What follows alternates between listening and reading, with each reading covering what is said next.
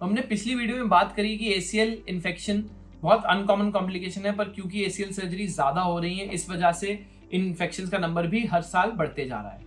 नमस्ते, मेरा नाम डॉक्टर पुलक वातस्या है। मैं एक ऑर्थोपेडिक सर्जन हूं और इस पार्ट 2 वीडियो में हम डिस्कस करेंगे कि एसीएल की अगर इन्फेक्शन हो गई है तो उसको मैनेज कैसे करते हैं। तो एसीएल इन्फेक्शन को मैनेज करने के बेसिक 3 मेन तरीके हैं। पहला तरीका है जिसको हम बोलते हैं एंटीबायोटिक सप्रेशन।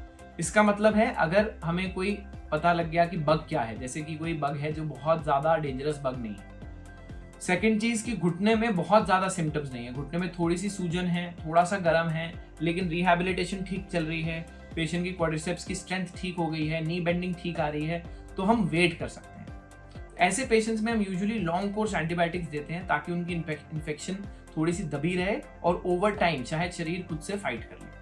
ये जरूरी है जानना कि इन पेशेंट्स की इम्यूनिटी बिल्कुल ठीक होनी चाहिए। तो इन पेशेंट्स में कोई भी इम्यूनोडेफिशिएंट या इन्फेक्शन से फाइट करने की कैपेबिलिटी बॉडी की नॉर्मल होनी चाहिए, तभी एंटीबायोटिक सप्रेशन एक वैलिड ट्रीटमेंट है। सेकंड और most common treatment is arthroscopic wash. इसका मतलब ये है कि हम दूरबीन से वापस अंदर जाते हैं, हम एक बार ही देखते हैं कि ग्राफ्ट कितना टाइट है, ग्राफ्ट सब कुछ ठीक है, ग्राफ्ट में कोई दिक्कत तो नहीं आई है। उसके बाद हम पूरे जॉइंट को अराउंड 10 से 12 लीटर पानी से धोते हैं।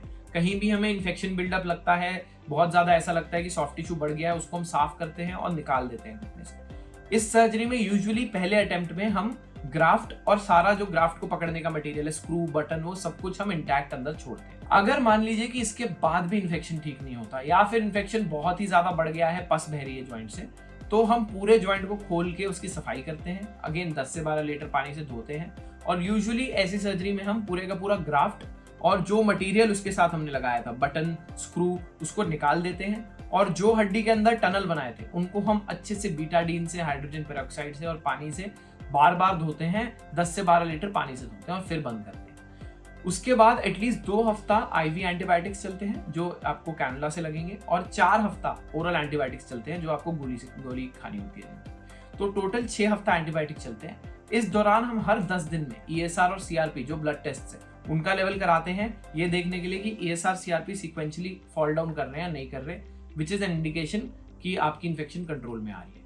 On at the same time हम आपको फिजियोथेरेपी कंटिन्यू करने देते हैं, नी बेंडिंग कंटिन्यू करने देते हैं, क्वाड्रिसेप्स स्ट्रेंथनिंग कंटिन्यू करने देते हैं। तो एसीएल इन्फेक्शन ऑल्दो एक अनकॉमन कॉम्प्लिकेशन है, पर आजकल हम पेशेंट्स देखने लगे हैं या तो दूसरों के करे हुए या हमारे पेशेंट्स जिनमें एसीएल इन्फेक्शन होने लगी है। तो ACL infection is a manageable complication. सही हैंड्स में एसीएल इन्फेक्शन मैनेज करने पे 6 से 8 महीने में ऑलमोस्ट इक्विवेलेंट रिजल्ट्स हो जाते हैं। सेकंड सर्जरी भी हम कुछ पेशेंट्स के लिए करते हैं जो एथलीट्स होते हैं। 80% पेशेंट्स को सेकंड सर्जरी की जरूरत नहीं पड़ती है। तो अगर आपको एसीएल इन्फेक्शन रिलेटेड कोई भी सवाल है, कोई डाउट्स हैं, तो आप नीचे कमेंट्स में लिखिए, मैं उसके लिए वीडियो बनाने की या उनको आंसर बैक करने की कोशिश करूँगा। Thank you.